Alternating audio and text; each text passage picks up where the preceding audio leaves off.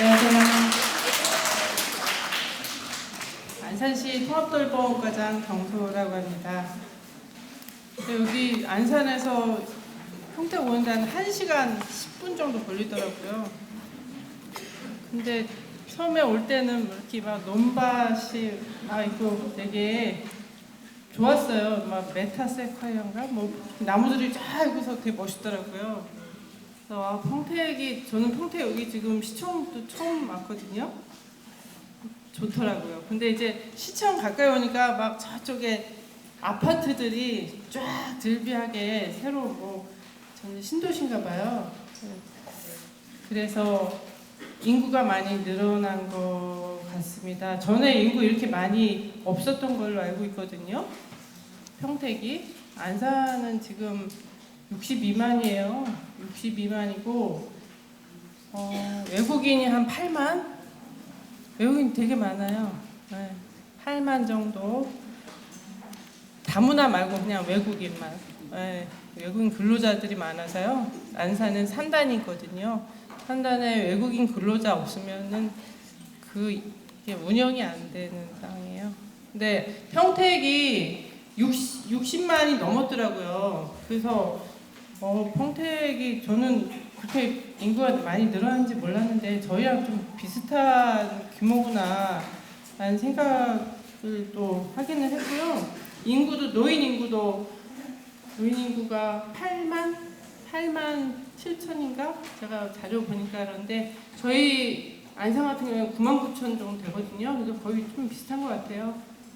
네, 안산 같은 경우에는 그 산단에 계시던 분들이 반월공단, 네, 그다음에 시야공단, 산단에 계시던 분들이 이제 넘어오셔서 자리 잡으시고 그런 분들이 다 이제 노인이 됐어요. 그래가지고 지금은 노인이 한 16%, 16.5%, 17% 거의 다 되는데 되게 빠르게 노인 비율이 빠르게 올라가고 있는 실정이라 저희도 어떤 노인 복지라든지 또 인구 정책 이런 거에 되게 저희 시장도 그렇고 관심이 많습니다. 또 더군다나 우리 시는 지금 인구 평택은 좀 늘어나는 편이죠. 그러시죠. 저희는 좀 줄어들고 있어요. 줄어들고 있어서 고민이 많습니다. 출산 정책도 그렇고. 아무튼 안산에 대한 배경 잠깐 말씀드렸습니다. 저희 앞전에 한수정 박사님이 통합돌봄에 대해서 되게 설명을 잘 해주신 것 같아요. 체계도 하고 배경하고 이런 거 다 설명해 주셨는데 저랑 너무 겹치는 게 있어가지고 그냥 반복한다, 그냥 복습한다 생각을 해주시면 될 것 같아요. 그래서 추진 배경 이런 건 다 아실 것 같아요. 네. 통합돌봄 사업에 대한 추진 배경이라든지 개요라든지 이런 거는 아까 제가 잠깐 좀 일찍 왔거든요. 다 말씀을 해주시더라고요. 이 부분 좀 넘어가고요. 저희 안산의 현황을 보시면 인구 62만이에요. 지금 행정구역은 2개, 평택에 구는 아직 없죠. 네, 저희는 이제 구가 2개고요. 동이 25개 동입니다. 25개 동이 있고요. 공무원은 이제 2,340명 되고요. 예산이 2조 304억인데 지금 사회복지 예산이 저희가 50%가 넘었어요. 올해 50%가 넘었고요. 평택은 어떻게 되나요? 사회복지 예산이 40%요? 여건이 너무 좋네요. 저희는 50%고요. 왜 웃으세요? 그리고 내년에는 52%, 3% 예상을 하거든요. 그래서 뭘 못해요. 자체 사업 이런 거는 어렵고요. 사회복지 하는 사람으로서 저희 시장님이 이제 복지 예산 자꾸 는다고 하니까 고민이 많으시니까 괜히 사회복지인으로서 이렇게 좀 움츠러들게 되고 하여튼 그렇습니다. 네. 예산이 50% 넘는다는 점 저희 안산시 같은 경우에는 노인 인구도 아까 말씀드렸다시피 계속 좀 속도가 빠릅니다. 노화 속도가 빠르고요. 노인 인구가 지금 뭐 독거노인도 그렇고 뭐 장기 요양 뭐 많이 있는데 65세 이상이 97,000인데 지금 이건 좀 더 된 자료고요. 지금 99,000이 넘었어요. 그리고 기초연금 받으신 분 한 65% 정도 되고요. 그렇습니다. 주거 환경 같은 경우에는 저희가 안산이 계획도시예요.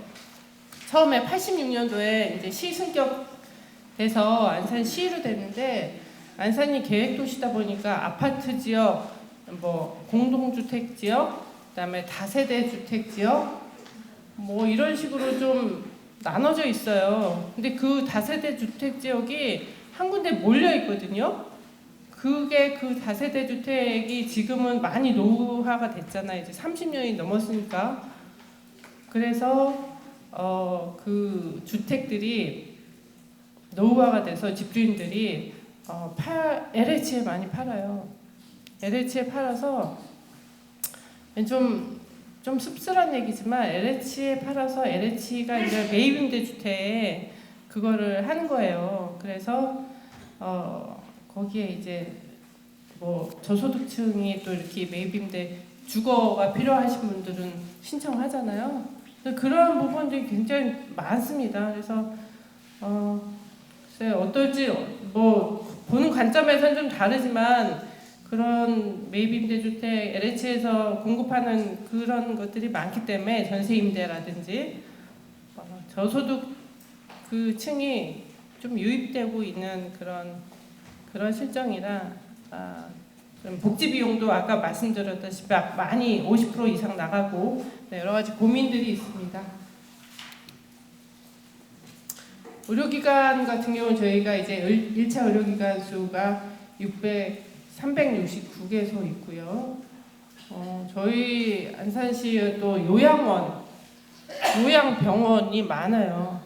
요양병원 같은 경우에 요양원도 그렇고 지금 상가에 많이 이제 얻잖아요. 상가가 다른 시보다 좀 그래도 저렴한가 봐요. 수원이나 뭐 이런 데보다. 그래서 요양원, 요양병원 이런 게 많습니다. 어린이집, 여기는 어린이집 뭐 안 계시죠? 어린이집이 요새 줄어들잖아요. 줄어드니까 이제 그 어린이집 그만 폐업하시고 또 이렇게 요양원을 차리시는 원장님들이 많이 계시더라고요. 특히 업종 변경이 이렇게 되더라고요. 자연스럽게 노인 인구가 늘어나면서. 추진 배경 아까 말씀드렸는데 그냥 넘어갈게요. 연역을 말씀드릴게요. 저희가 안산시가 2019년도에 이제 지역사회 통합돌봄 선도 사업을 처음 실시를 했습니다. 9월달에 이제 발대식을 해서 이 사진을 보면은 저 19년도 맨 왼쪽에 보면 거기 이제 전 시장님하고 그 전 복지부 장관인데 박능우 장관님이 오셨어요. 발대식 때 오셔가지고 또 이렇게 막 성대하게 했습니다.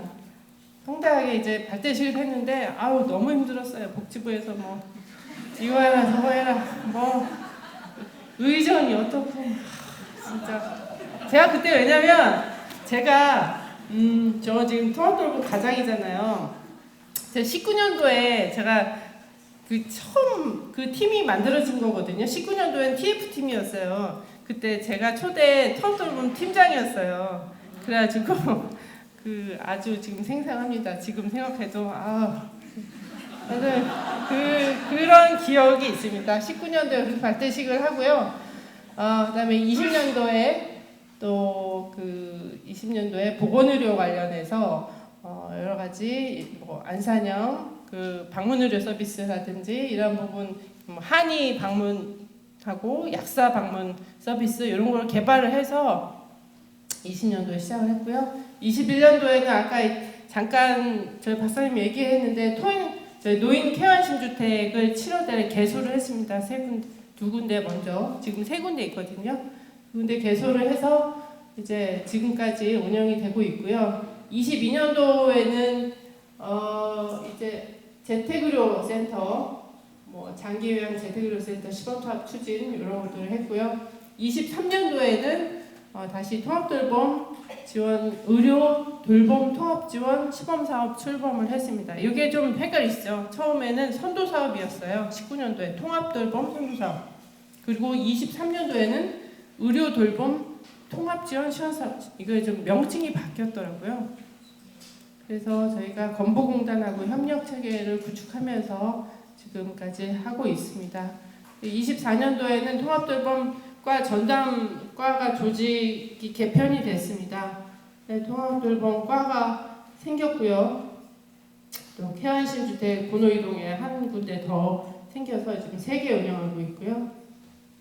그리고 넘어서 이제 올해 통합돌봄과에서 여러 가지 부분을 이제 하고 있는데 그 20년도에 제 좀 놓친 게 있는데 20년도에 그 조례를 만들었습니다. 조례를 저 집행부에서 하면 좀 많이 걸리고 힘들잖아요. 그래가지고 아는 의원님 이렇게 해가지고 조례 하나 발의하셔라. 그래서 관심이 있으신 의원님도 해가지고 그래서 조례를 저희가 20년도에 발의를 해서 지금 올해는 그 조례에 대해서 전부 개정안을 지금 추진 중이고요. 11월 말 그 정기 회의 때, 의회 정기 회의 때 지금 전부 개정안을 올릴 예정입니다. 그래서 추진하고 있고요. 그 조례는 다 평택 아까 작년에 하셨다고 그러셨나요? 조례를 작년에. 예, 그러시군요. 그렇습니다. 요게 이제 전체적인 저희가 해왔던 그런 것을 간단히 말씀드렸습니다. 비전 평택시에서도 이제 실행 계획을 준비하시고 11월 달에 이제 11월까지 실행 계획을 다 마무리해야 되는데 시만의 비전이 필요해요. 가장 중요한 게 이게 비전이거든요. 비전 아래 목표가 생기고 그다음에 세부 과제에 뭘 하느냐 이런 부분들이 필요합니다. 이런 한 줄짜리라도 굉장히 그 고민이 많이 돼. 짧은 게 원래 더 고민이 많이 되잖아요. 이런 거를 지금 우리도 추진하고 있고요. 안산시 추진 체계를 보시면요. 네? 어디 가시게? 저기 안산시 추진 체계를 말씀드릴게요. 이제 가운데 통합돌봄과가 있잖아요. 통합돌봄과가 중심이 돼서 저희 과는 이제 지역 통합돌봄팀이 있고 건강가정팀, 의료복지팀, 주거복지팀. 의료복지팀에도 재가의료 그 서비스가 있거든요. 통합돌봄이랑 비슷한. 그래서 들어가 있고 주거복지도 통합돌봄하고 굉장히 그 연관이 많습니다. 건강가정팀 좀 생소하시죠? 그 어떻게 그렇게 돼서 이번에 바꾸기로 했어요. 내년도에 조직 개편에서 건강가정팀 뺄 겁니다. 그리고 팀을 하나 더 만들 거예요. 팀을 내년도에는 통합정책팀, 통합지원팀 이런 식으로 2개를 팀을 만들어서 운영할 예정입니다. 그다음에 그 가운데 통합돌봄과가 있으면 그 밑에 이제 장애인복지과, 노인복지과, 보건소가 2개 있어요. 단원 보건소, 사무소 보건소 이렇게 있고 그 밑에 이제 25개 행정복지센터가 이렇게 되는 그런 체계로 돼 있고요. 그 옆으로 보면 왼쪽에는 이제 통합지원 회의를 해야 되니까 그런 체계도 있고 또 그 통합지원 회의는 이제 이따 말씀드리겠지만 자주 열리고요. 통합돌봄 협의체라고 있어요. 협의체는 아마 조례에도 다 들어가 있을 거예요.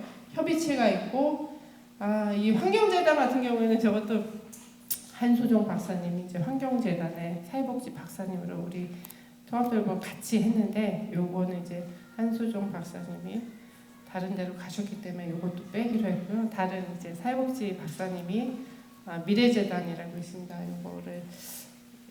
요거를 넣어야 되는데 이게 안 바뀌었어요, 자료가. 네, 오른쪽으로 보시면 건보공단이 있잖아요. 안산지사 건보공단 하고 LH 경기지역 본부가 있습니다. LH 경기지역 본부는 왜 했냐면 그 케어안심 주택 때문에 넣은 거고요. 건보공단 같은 경우에는 굉장히 중요합니다. 그 시와 통합돌봄에 어찌 보면 진짜 가장 협업을 많이 해야 되는 그런 기관이거든요. 굉장히 중요합니다. LH 건보공단. 거기에도 이제 안산 같은 경우에는 LH 우리 안산지사 같은 경우에는 통합돌봄 팀이 있어요.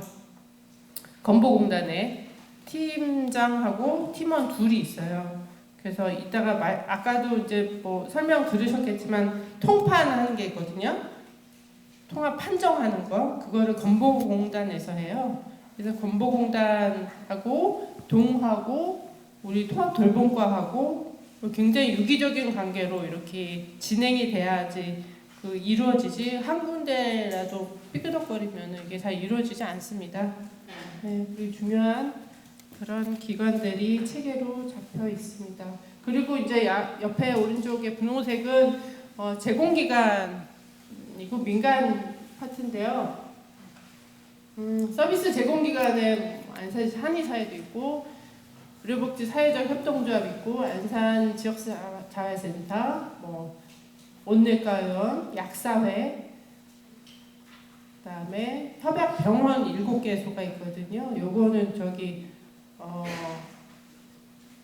병원에서도 재택의료 서비스도 있고 그런 여러 가지 그 협업하는 게 있어서 그리고 요리조리 협동조합은 이제 영양식 서비스 이런 것 때문에 있고 관내 복지관 3개소가 있는데요. 그거는 케어안심 주택에서 이제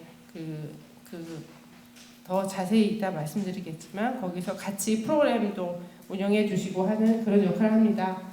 그다음에 그 밑에 거점형 노인 케어안심 주택이 있는데요. 저희가 이제 3군데가 있어요. 일동, 고잔동, 본호이동. 그래서 일동 케어안심 주택은 부곡복지관, 고잔동은 성북복지관, 본호이동은 본호복지관 이렇게 권역별로 나눠서 권역에 속하는 복지관을 연계해서 지금 케어안심 주택을 거기 이제 프로그램이나 뭐 사례 관리나 이런 거를 운영을 하고 있습니다. 그다음 통합 안내 창구는 병원하고 뭐 복지관이나 맞돌 서비스 제공기관이나 이런 쪽으로 이제 지정을 하고 있고요. 이렇게 전체적인 추진 체계가 이렇습니다. 안산 같은 경우에는 아마 그 평택에서도 통합돌봄 이제 그 체계를 추진 체계가 되게 중요해요. 그 베이스를 만들어야 이제 거기서 어떻게 역할을 하고 이런 걸 해나가기 때문에 이런 추진 체계를 잘 또 생각하셔서 평택에 맞는 그런 체계를 구축하셨으면 좋겠습니다. 기관별 역할을 좀 말씀드리면요. 통합돌봄과는 뭐 읽어보시면 다 아시겠지만 의료돌봄 통합지원의 기획이나 총괄, 조직체계 구축, 그다음에 통합 판정 결과에 대한 관리, 계획 수립, 통합지원 회의, 그다음에 뭐 서비스 연계 조정 하는 최종 결정 여러 가지 이런 것들이 있는데요. 한마디로 컨트롤 타워 역할을 한다고 보시면 되겠습니다. 여기는 통합돌봄 팀이 없으시죠? 통합돌봄 팀 희망복지팀에서 하시는 거죠? 거기서 컨트롤 타워 역할을 하시면 될 것 같습니다. 그다음에 건보공단 분홍색 건보공단 같은 경우에는 여기서 하는 거는 이제 빅데이터 활용해서 대상자 발굴하는 거 하고요. 그다음에 정보 시스템 구축하고 여러 가지 통돌에 대한 홍보라든지 정책 지원, 그다음에 사전조사에 대한 그런 발굴도 하고 통판 가장 중요한 거는 여기서 통판이에요. 통합판정이 가장 중요한 역할입니다. 건보공단에서는. 그리고 서비스 제공기관에서는 말 그대로 대상자에게 서비스를 제공하는 그런 역할이 제일 중요하고요. 그다음에 동행정복지센터를 통합지원창구라고 하는데요. 여기서는 이제 통합돌봄에 대한 안내라든지 정보 제공이라든지 민원인한테 그런 제공을 하고, 그다음에 사전조사를 실시합니다. 발굴도 하고요. 이제 통합돌봄 필요한 분들 발굴하고 그분이 이제 오시면 사전조사를 실시를 하고, 그다음에 대상자 접수를 하고, 또 나중에는 통판이 끝난 다음에는 통합 지원 계획을 수립을 합니다. 그리고 이제 서비스 제공이 되고 나중에 한 3개월마다 모니터링을 실시하는데 이게 다 이제 동에서 통합지원 창구에서 하고 있습니다. 그다음에 통합 안내 창구 같은 경우에는 이제 보건소 복지관 병의원인데 여기서도 서비스 기관이기도 하지만 또 이렇게 발굴하고 연계할 수 있는 그런 역할도 가지고 있습니다. 대상자 유형을 말씀드리면요. 저 이제 우선 관리 대상하고 자체 유형이 있는데, 우선 관리 대상은 복지부에서 이렇게 만들어준 대상자 형식이에요. 대부분 거의 비슷합니다.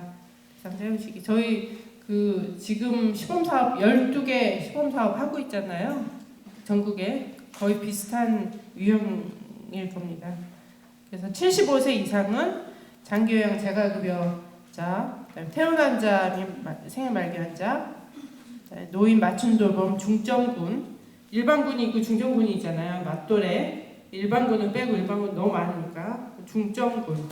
그다음에 장기요양 등급 판정 대기자나 아니면 판정을 못 받은 자, 기각 각하자 이렇게 있고요. 그다음에 장기요양 등급외자 A, B형 있고, 그다음에 65세 이상 고령 장애인이 있습니다. 이건 이제 최근에 들어간 건데요. 내년에는 장애인도 또 더 확대가 되잖아요.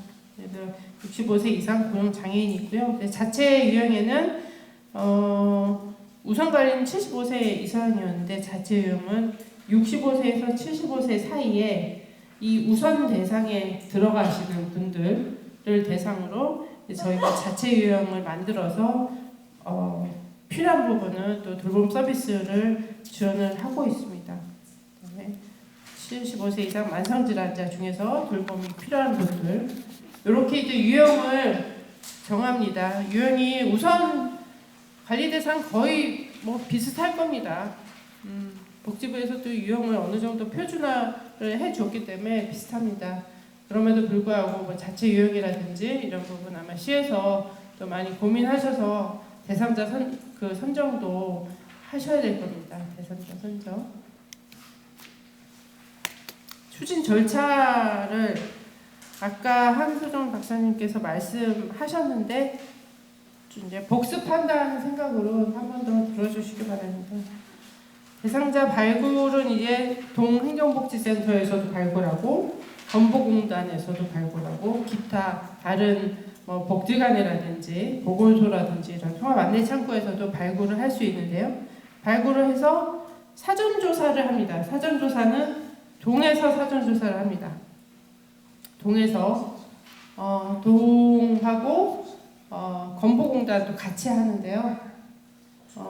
사전조사를 할 때 그전에는 같이 나갈 경우도 있고 또 건보공단 따로 나갈 경우도 있고 하는데요. 저희 같은 경우에는 이제 이 대상자 발굴을 해서 사전조사를 할 때 이게 좀 복지부에서 정책이 약간씩 변동이 있어요. 그래서 어떨 때는 건보공단에 먼저 사전조사를 하고 그리고 통판 올리고 이렇게 하라 이런 것도 있고, 근데 지금 동에서 사전조사를 해서 동에서 이제 신청서도 접수를 합니다. 여러 가지 서류도 쓰고 개인정보 동의서 작성 이런 것도 하고, 이렇게 하면 이 하면 한 거를 가지고 저희한테 사전조 통판 판정 대상자를 의뢰해달라 하고 저희한테 이제 통합돌봄 팀에다 의뢰를 해요. 동에서 명단 해가지고 의뢰하면 우리 이제 이 명단을 다 이제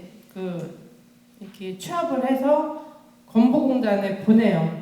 아, 이 사람들 이게 사전조사 대상자가 접수되는데 통합 판정을 해달라. 근데 건보공단에 통합 판정 대상자를 이제 의뢰를 하면 통합 판정을 건보공단에서 각 그 대상자별로 방문을 합니다. 방문을 해서 자기는 이제 건보공단 오늘 건보공단 오셨나요? 오셨어요? 혼자 하시는 거예요 혹시? 많이 힘드시겠. 아니 왜냐면 이거 다 다녀야 되거든요. 다 다녀야 돼요. 다 다녀야 돼서 힘드실 것 같아요. 저희도 이제 의뢰 계속 하면 또 이게 밀려서 왜 안 주냐 막 동에서도 이러고 그러거든요. 통합 판정을 이제 하려고 나가서 건보공단에서 사용하는 툴이 있어요. 그들만의 툴이 있는데 그거는 저희한테 공유를 안 해요. 안 하는 이유가 있어요. 그게 가장 큰 이유는 우리도 좀 처음에는 왜 안 하냐 막 이러는데 그거 있잖아요. 치매 같은 경우에도 다 나와서 이렇게 판정하고 그러잖아요. 그 판정 그 툴이 이렇게 막 외부 유출되고 그러면은 거기에 맞춰서 또 이렇게 상담하고 이런 경우가 있기 때문에 건보공단에서 이제 외부에 공유를 안 합니다. 본인들만의 툴을 가지고 이제 각 대상자한테 직접 찾아가서 방문해서 판정 제 툴대로 판정을 하고 그다음에 이것들을 이제 저희한테 보내면 저희가 동에다가 또 이런 부분에 대해서 너희네가 이 개개인의 통합지원 계획 수립을 해라 이렇게 합니다. 그래서 동 담당자가 마지막으로 통합지원 계획을 수립을 해요. 이때는 이제 건보공단에서 판정한 판정 그 내용이 있거든요. 그거를 베이스로 해서 동에서 이런 부분이 이렇게 했는데 맞냐 이렇게 할 거다. 이게 서비스에 대한 부분은 좀 안내를 또 드리고 그럼 약간씩 또 틀려지는 부분이 있어요. 통판 그 결과하고 동에서 직접 또 다시 나가서 어르신들한테 이제 개별 계획 수립을 할 때 보면은 좀 달라지는 면들이 있어요. 이런 게 그래서 항상 계획 수립을 해야 됩니다. 꼼꼼하게 하고 그걸 가지고 저희 이제 통합돌봄팀에서 취합을 해서 통합지원회의를 거쳐서 거기서 결정을 내립니다. 통합지원회의에서 통합지원회의는 여러 관련 분야라든지 제공기관이라든지 관련 부서라든지 이런 부분을 다 같이 모여서 통합지원회의를 하고 결정이 되면은 이 부분에 대해서 이제 서비스 제공이 나갑니다. 저희가 서비스 제공기관에 이런 부분을 알려주면 그때부터 이제 서비스 기관에서는 어르신들한테 대상자한테 서비스를 나가는데 그리고 3개월마다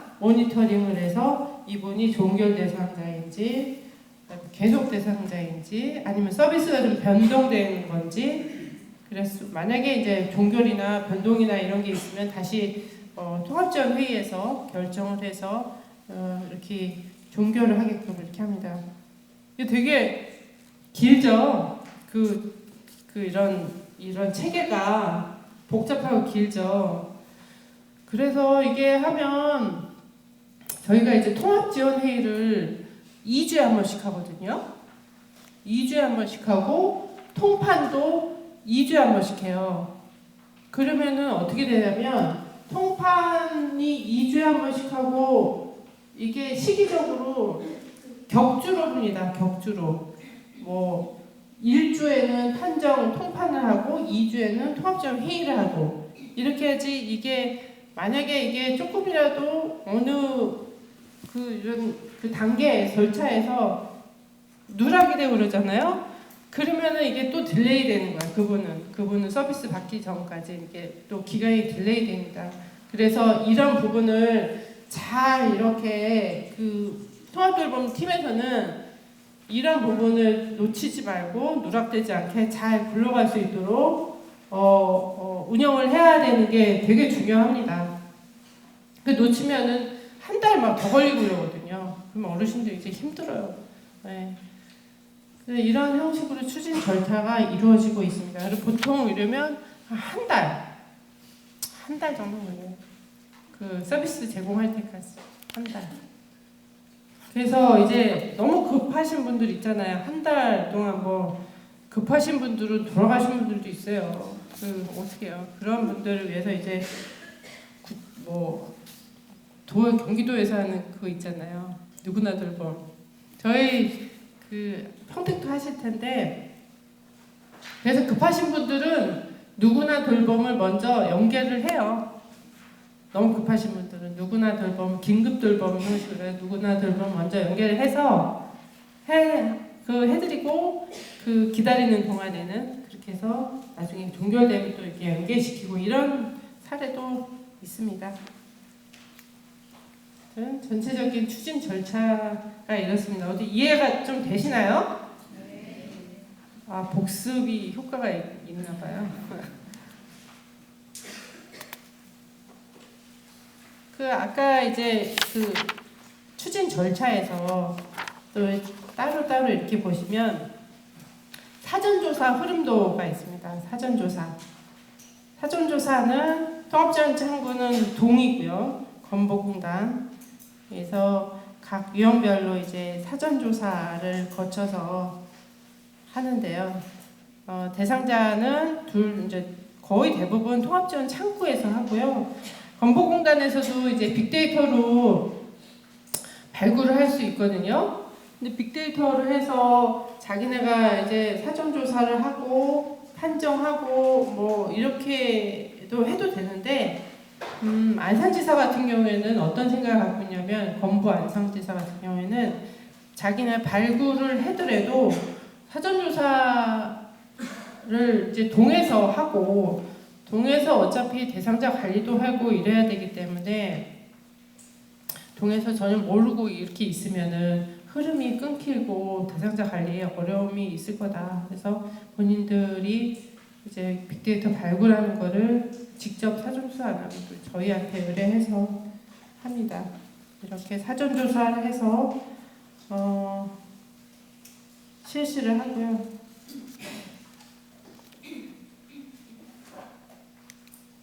그다음에 통판 아까 건보공단에서 한다고 그랬잖아요.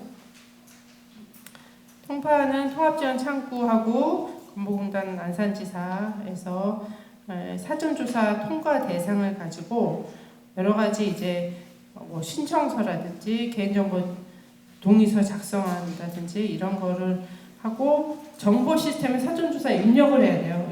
이 시스템이 뭐냐면은 건보공단이랑 같이 쓰는 시스템이거든요.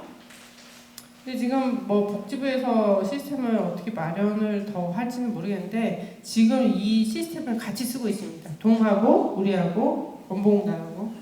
입력을 사전조사에 관련된 거를 입력을 이렇게 하고 그다음에 그걸 가지고 통판 대상자를 저희 이제 동에서 본청에 신청을 하면 이거를 다시 건보공단에 통판을 실시해달라 의뢰를 하고 통판 되면은 다시 이거를 가지고 저희 본청에 저희 통판 결과를 보내오면 본청에서는 다시 동으로 통판 결과에 따라서 이렇게 됐으니까 통합지원회의 계획 수립을 하라 이렇게 거칩니다. 절차가. 왜 이렇게 복잡하게 왜 본청을 거치냐면요. 본청을 안 거치고 이렇게 다이렉트로 건보하고 동으로 한다거나 동에서 다시 건보한다 이렇게 하면은 통합돌봄 팀에서 서비스 제공 기간에 또 이렇게 제공 내용을 그 보내야 되고 그 제공에 대한 거를 또 받아서 우리가 보조금을 주고 이래야 되는데 이게 빠지면은 또 이게 좀 흐트러지거든요.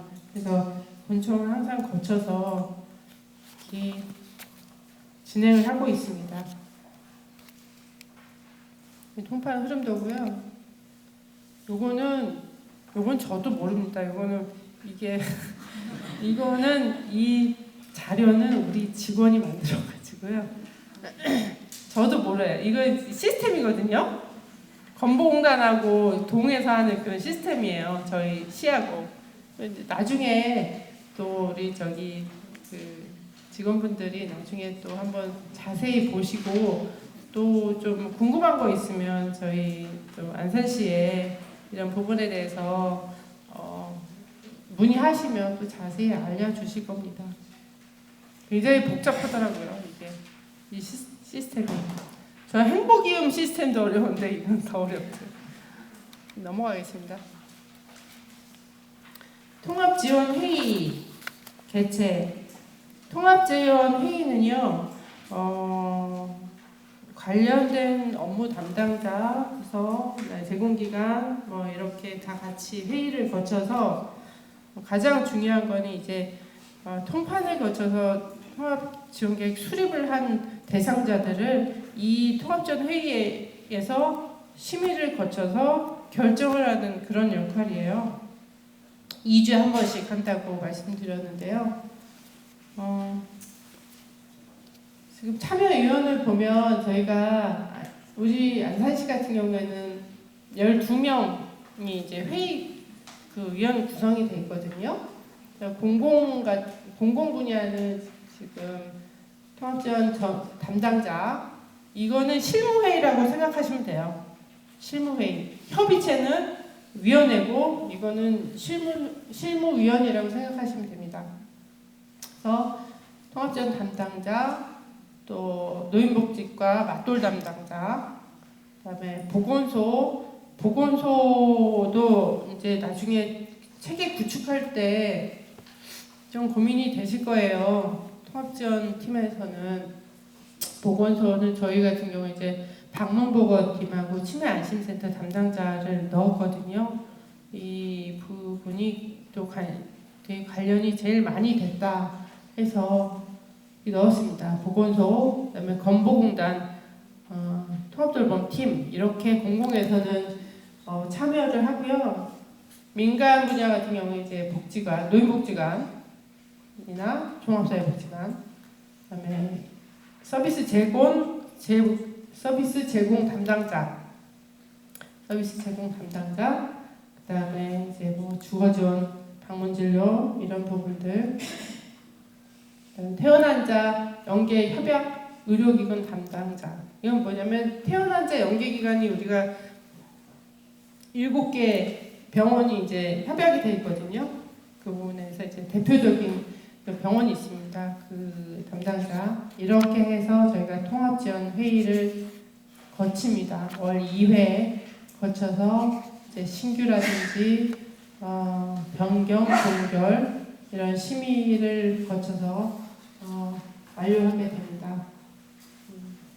또 필요하면은 필요하면 또 긴급하게 할 수도 있고요. 사실 이게 2주에 한 번씩 통합 지원 회의를 하려면 힘들어요. 2주에 한 번씩 모이라고 하는 것도 힘들고 사실 여건상 2주에 한 번 못 모여요. 솔직히 말씀드리면. 그래서 서면회의도 하고 있어요. 서면회의. 어쩔 수가 없어요. 그리고 여기 통합지원회의는 수당 안 드리거든요.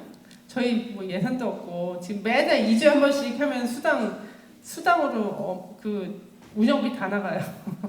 그래서 수당은 대표 협의체, 그러니까 협의체만 수당이 있고 통합지원회의는 말 그대로 실무 협의이고 자발적으로 또 오시는 그런 분들입니다. 근데 이제 서면 회의를 이렇게 겸해서 이렇게 하고 있어요. 뭐 내년에는 신규는 다 서면 회의, 그 대면 회의를 하려는데 복지부에서 그거는 쉽지 않을 것 같아요. 여건상 어떻게 될지 모르겠어요. 하려면 해야죠 뭐. 그냥 물 좀 마실게요.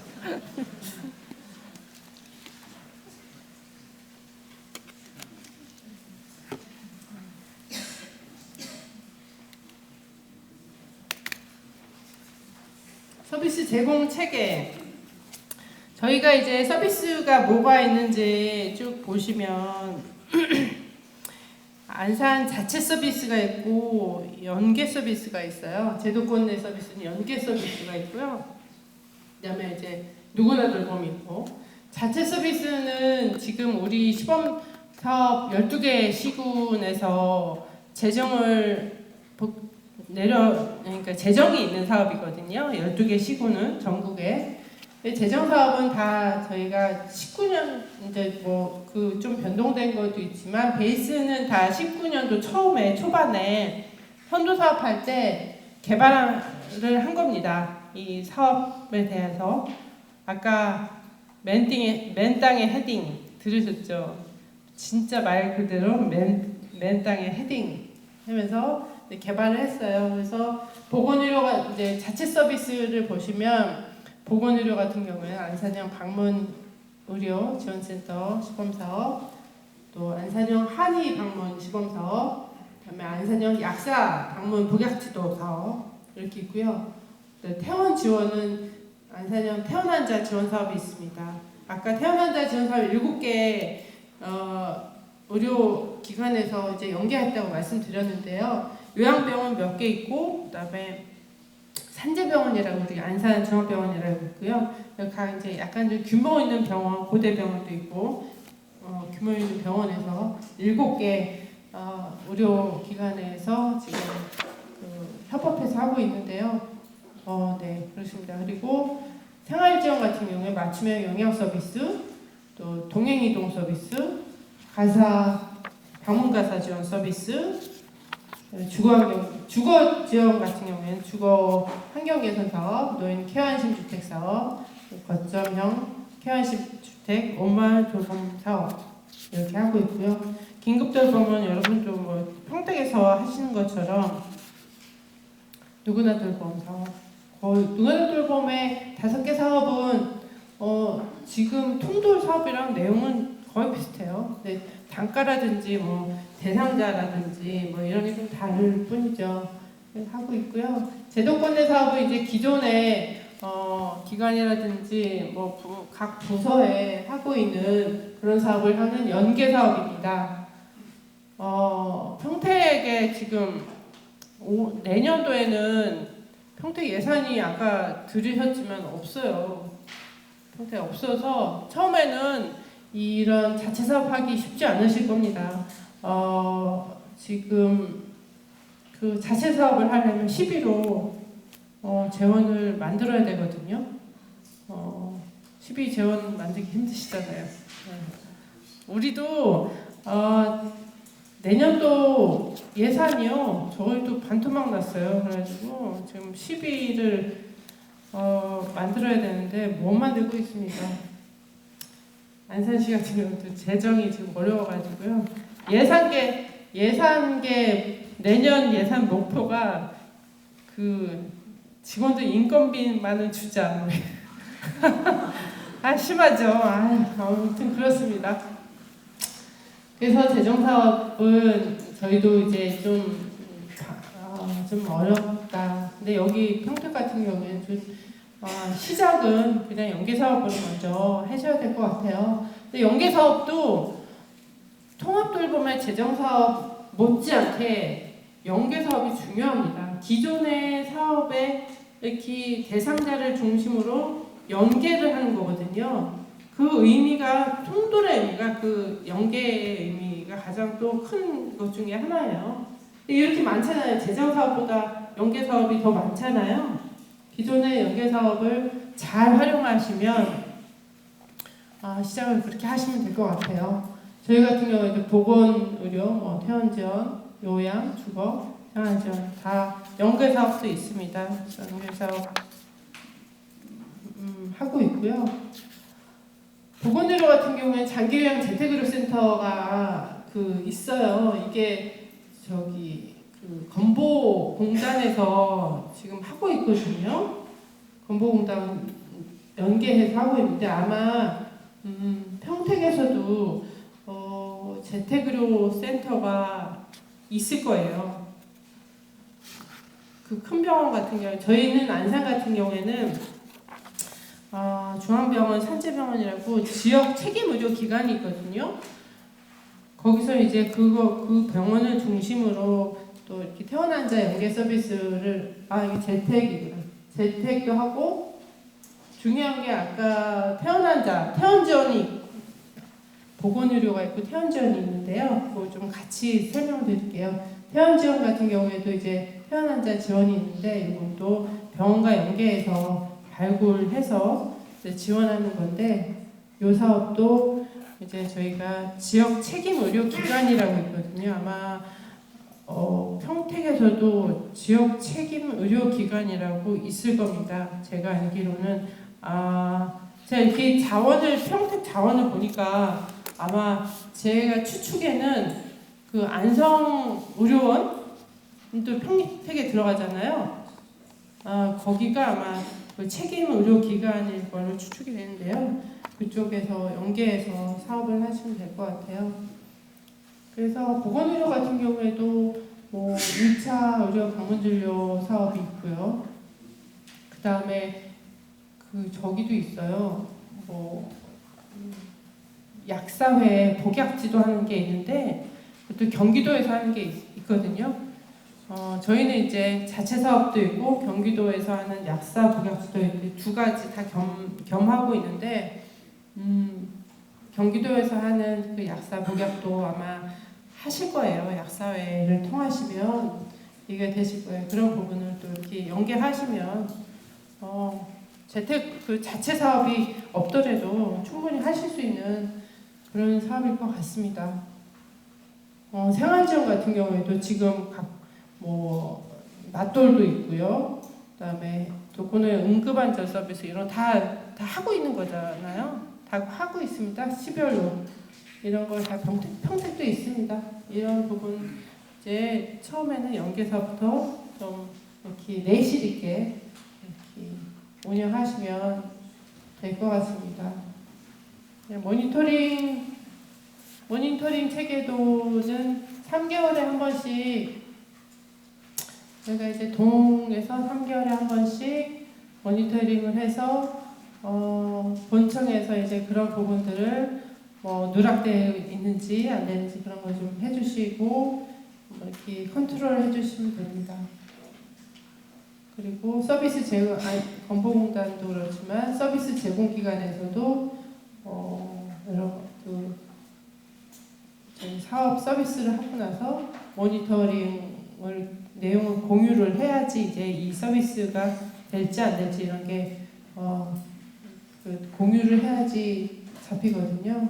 그런 부분 다 아까도 말씀드렸다시피 통판이라든지 모니터링이라든지 계획 수립이라든지 이런 체계들 자체가 어느 한 곳에서 이렇게 쭉 이어져서 한 곳에서 주도적으로 하는 게 아니라 다 이렇게 연결고리처럼 연결돼 있어요. 그래서 협업이 굉장히 중요해요. 이런 협업 부분 강조드리고 싶고요. 추진 노력 성과 이런 건 낯뜨거 없네요.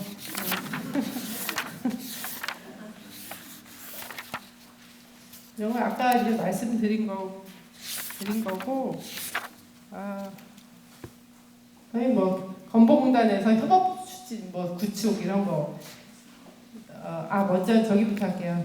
통합지원 창구 운영은 동에서 하잖아요. 지금 동에 저희가 통합돌봄 그 담당자가 있어요. 25개 동에 담당자가 있는데 거의 대부분 이제 반반이에요. 사회복지직하고 간호직들도 있고 거의 한 반반 정도 되는 것 같아요.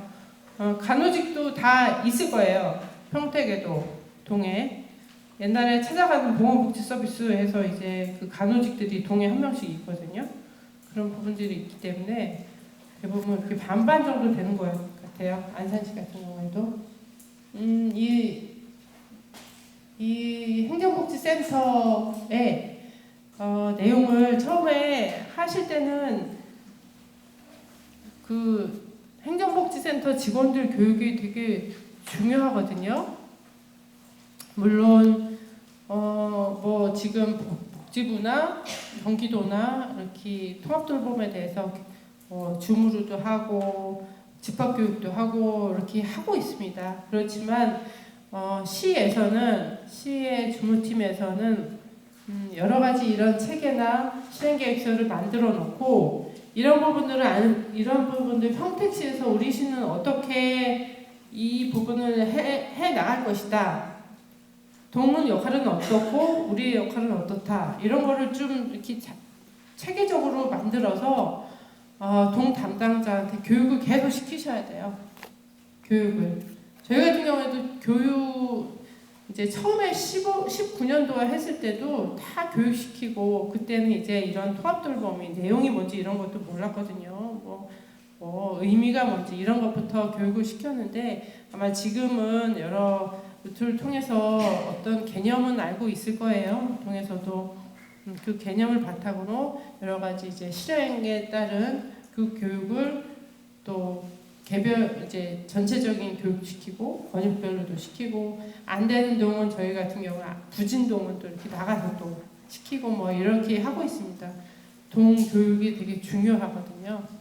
처음 이제 뭐 사전 조사도 해야 되고 계획 수립도 해야 되고 이렇기 때문에 동 교육 중요합니다. 이런 역할을 이제 통합돌봄 팀에서 같이 유기적으로 하고 있고요. 건보공단과의 그런 협업 체계도 아까 말씀드렸다시피 동과 중요하게 건보공단이라고 말씀을 드렸는데 여기 이제 건보공단에서 한 분 나오셨는데 건보공단과 저희와 이제 거의 뭐 날짜는 정하지 않았지만 매번 교육이나 회의 때 매번 같이 참석을 합니다. 그리고 간담회도 하고 식사도 같이 해요. 식사도 뭐 2달에 한 번씩 한다거나 지사장님하고도 한다거나 뭐 이렇게 밥을 먹어야 친해지잖아요. 우리 사람들은 밥을 또 이렇게 같이 먹으면서 여러 가지 애로사항도 얘기를 하고 농담도 하고 이렇게 친해지게 돼야지 이런 협업에 대한 게 좀 자연스럽게 구축이 되는 것 같아요. 그런 부분도 뭐 이렇게 딱딱한 교육이라든지 간담회 앉아서 간담회 합시다 이런 것도 물론 형식적인 것도 중요한데요.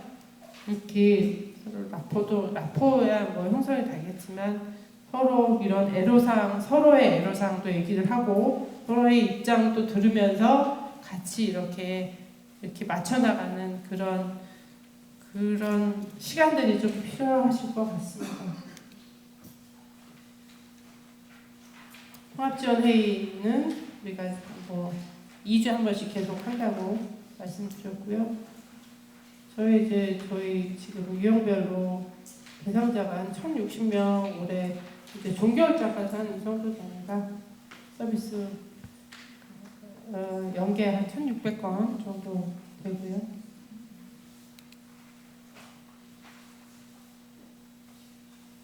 그다음에 방문의료 서비스는 의료 서비스 관련 좀 말씀드릴게요. 안산형 방문의료 서비스가 있습니다. 그 건보에서 하는 장기형 재택의료센터도 있지만 안산형 방문의료 지원 센터가 있어요.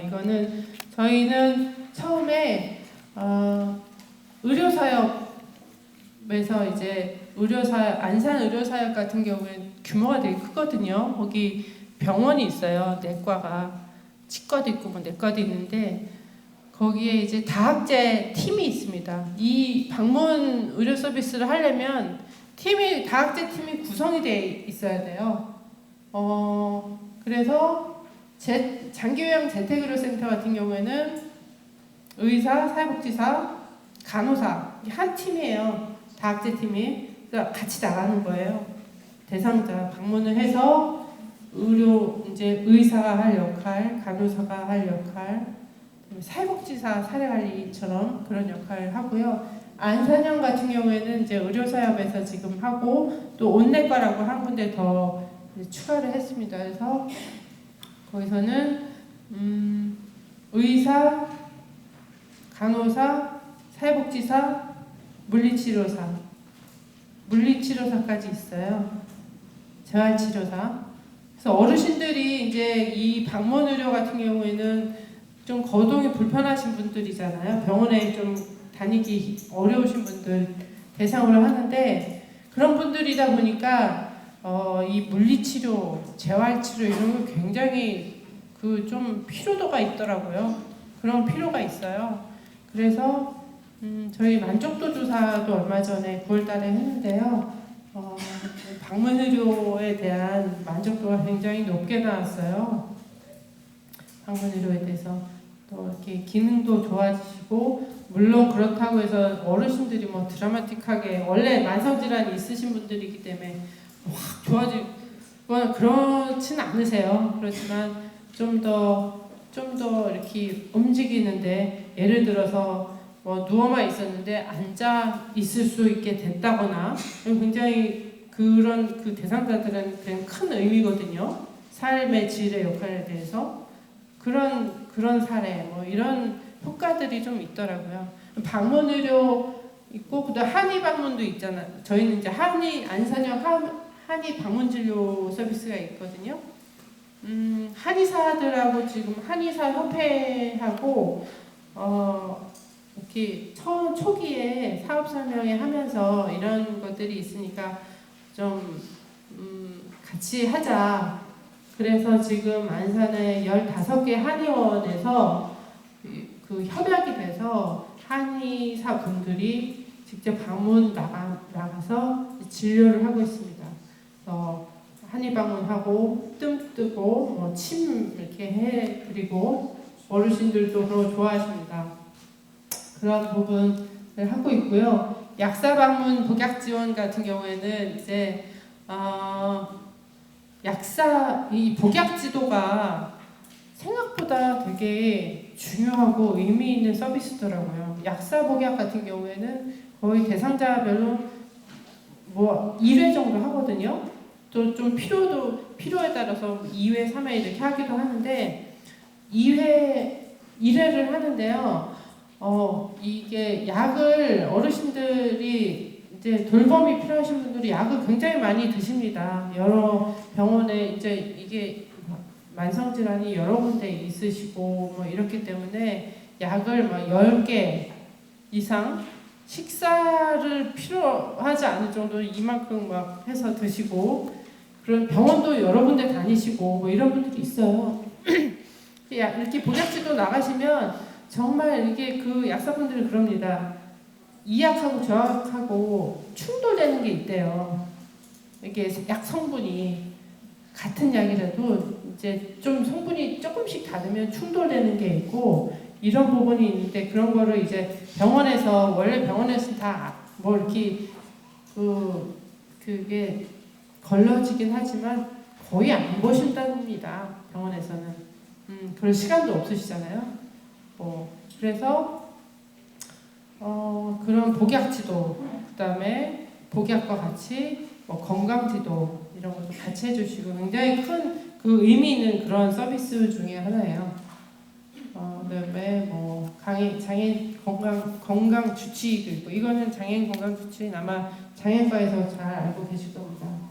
그리고 생활지원 서비스 같은 경우에 방문 가사 지원, 가사 청소해드리고 이런 정리해드리고 이런 서비스가 있고요. 동행이동 서비스라고 해서 이제 혼자 가시기 어려운 그 병원 대상자들이 또는 휠체어 타시거나 이런 분들은 어렵잖아요.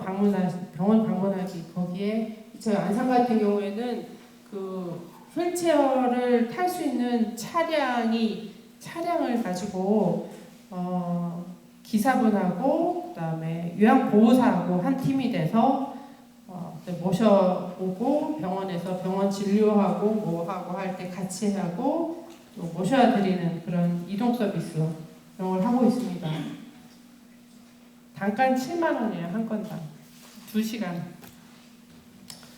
맞춤 영양식은 이제 말 그대로 유동 뭐 이렇게 식사 제공하는 거거든요. 도시락 배달. 그래서 유동식 이제 좀 이렇게 환자분 환자식이나 이런 좀 이렇게 식사하시는데 어려움이 있으신 분들은 유동식 죽이라든지 뭐 이런 것들 하시는 분도 있고, 그 이제 또 밑반찬만 필요하신 분들이 있어요. 그런 분들은 밑반찬 서비스 이렇게 지원해서 하고 있습니다. 그다음에 주거 지원 서비스 같은 경우는 아까 말씀드린 노인 케어 안심 주택이 3개소 있고요. 그다음에 주거 환경 개선에서 BF 베리어 프리는 기본적으로 턱 없애고 이런 거는 기본적인 거고요. 너무 이렇게 손잡이 안전 손잡이라든지 좀 주거 환경을 개선해서 불편하지 않게 생활하는데 좀 불편하지 않게 하는 그런 주거 환경 개선 서비스가 있습니다. 그러면 엄마 돌봄 이런 거는 아까 케어 안심 주택에 들어가 있는 거고요. 태어난 자 재가 복귀 지원은 태어난 자를 연계해서 협약된 병원하고 연계를 해서 통합돌봄 대상자로 이렇게 선정을 하게 되는 그런 서비스인데요. 병원에서 사회복지사가 있는 병원이어야 돼요. 거의 대부분이 병원에서 퇴원을 하는데 이제 그 돌봄이 필요하신 분들이 있잖아요. 아니면은 다 요양원 가시거든요. 돌봄이 시스템이 없으면. 근데 이제 병원에서 사회복지사가 이런 돌봄 필요한 어르신들 다 이렇게 조사를 해서 저희한테 이제 연계를 시키면 연계를 해서 통합돌봄 대상자로 이렇게 서비스를 받게 되는 그런 서비스입니다.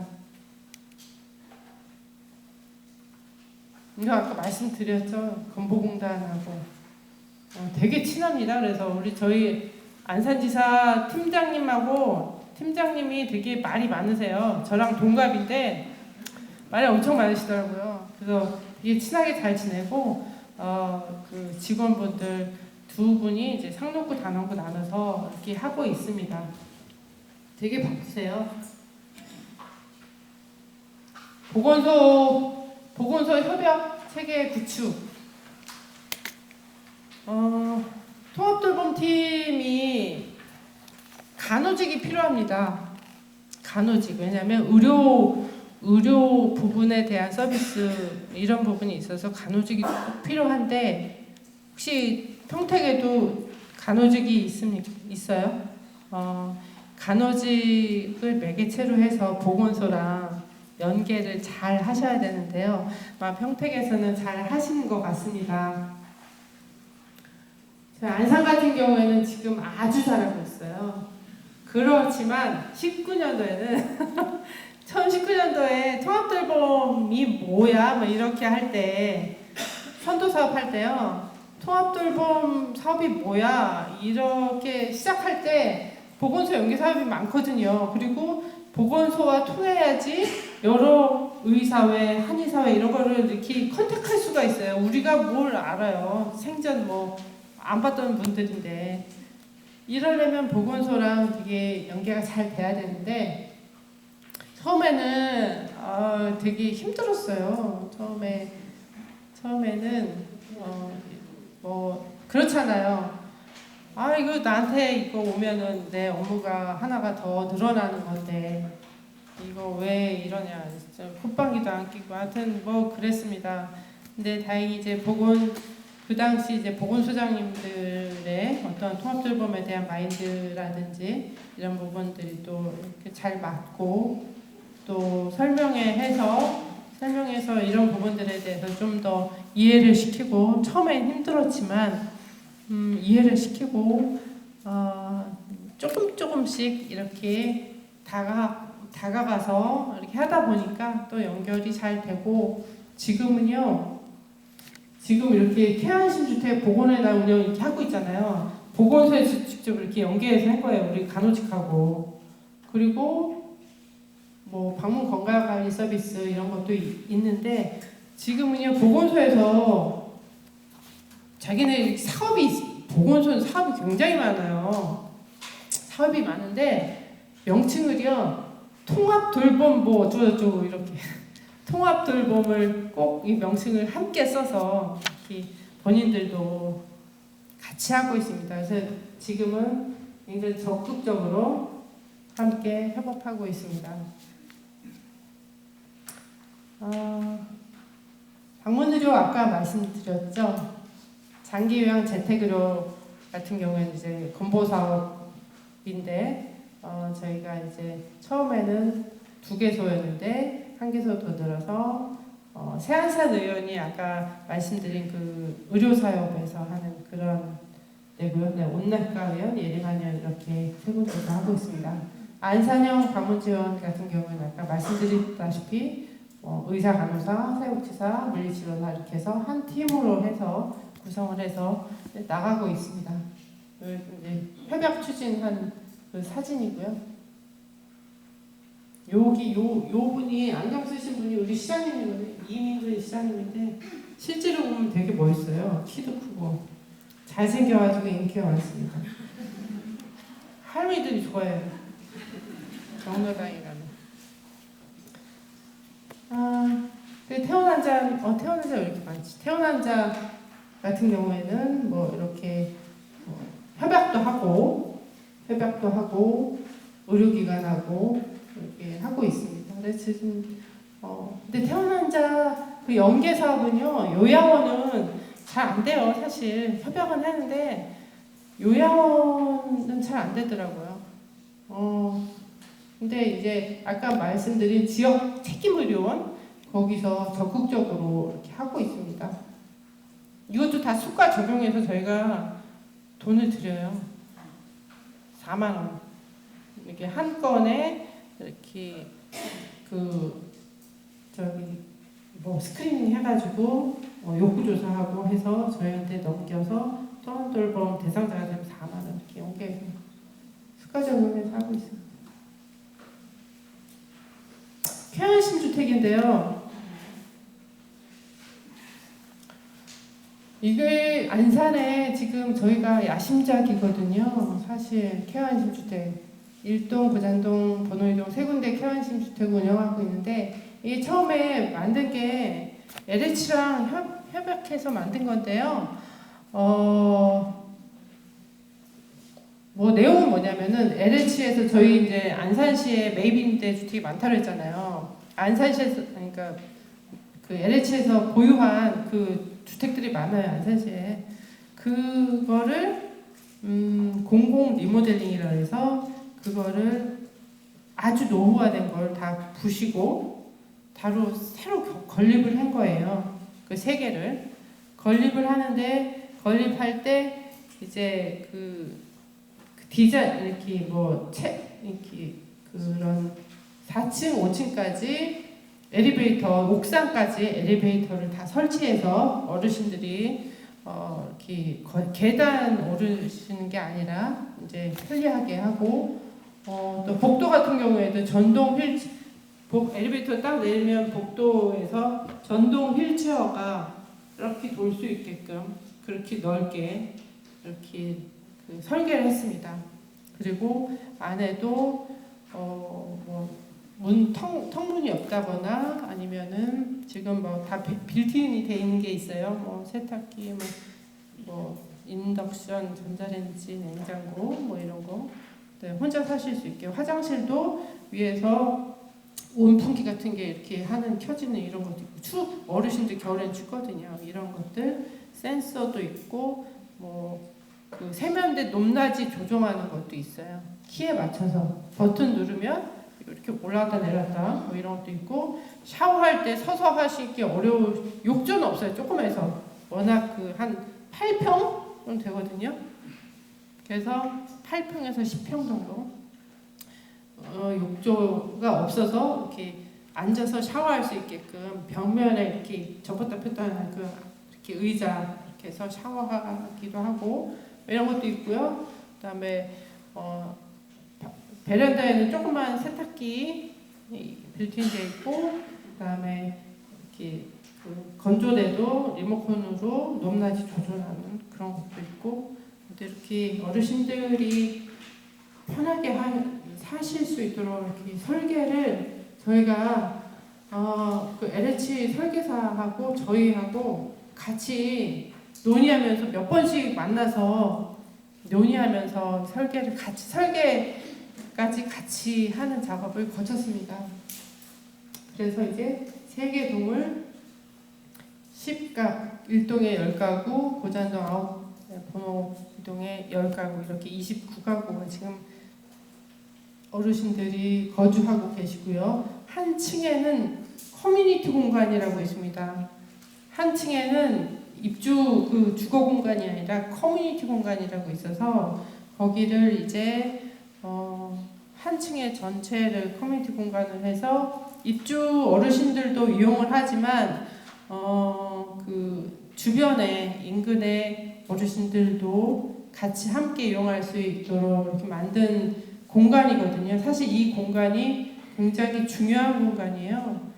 왜냐하면 여기서 이제 저희 복지관, 인근 복지관 연계해서 여기서 여러 프로그램도 하고 교육도 하고 그런 그 체육 인지능력 프로그램, 무슨 활동 프로그램 또 같이 모여서 이렇게 뭘 만드는 거, 음식 만드는 거라든지 각자 또 그 복지관별 특성이 있어서 각자 하고 있습니다.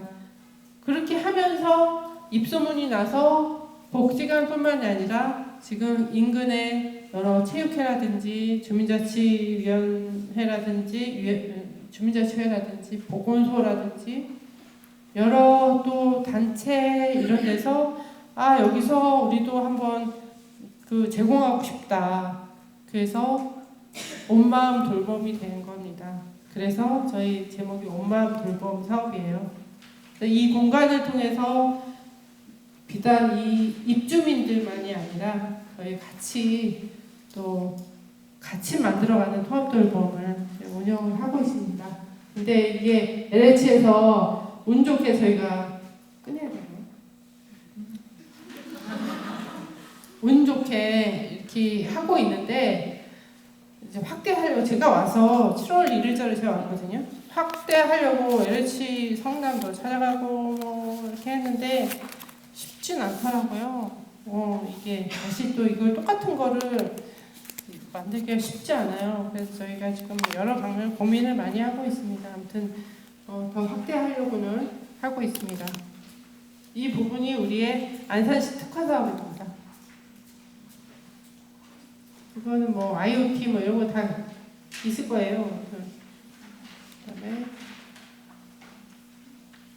이거는 사례인데요. 한번 읽어보시고 네, 마무리하겠습니다. 본청의 통합돌봄 지원팀은 컨트롤 타워 역할이 굉장히 중요하거든요. 이 부분을 해주셔야 되고요.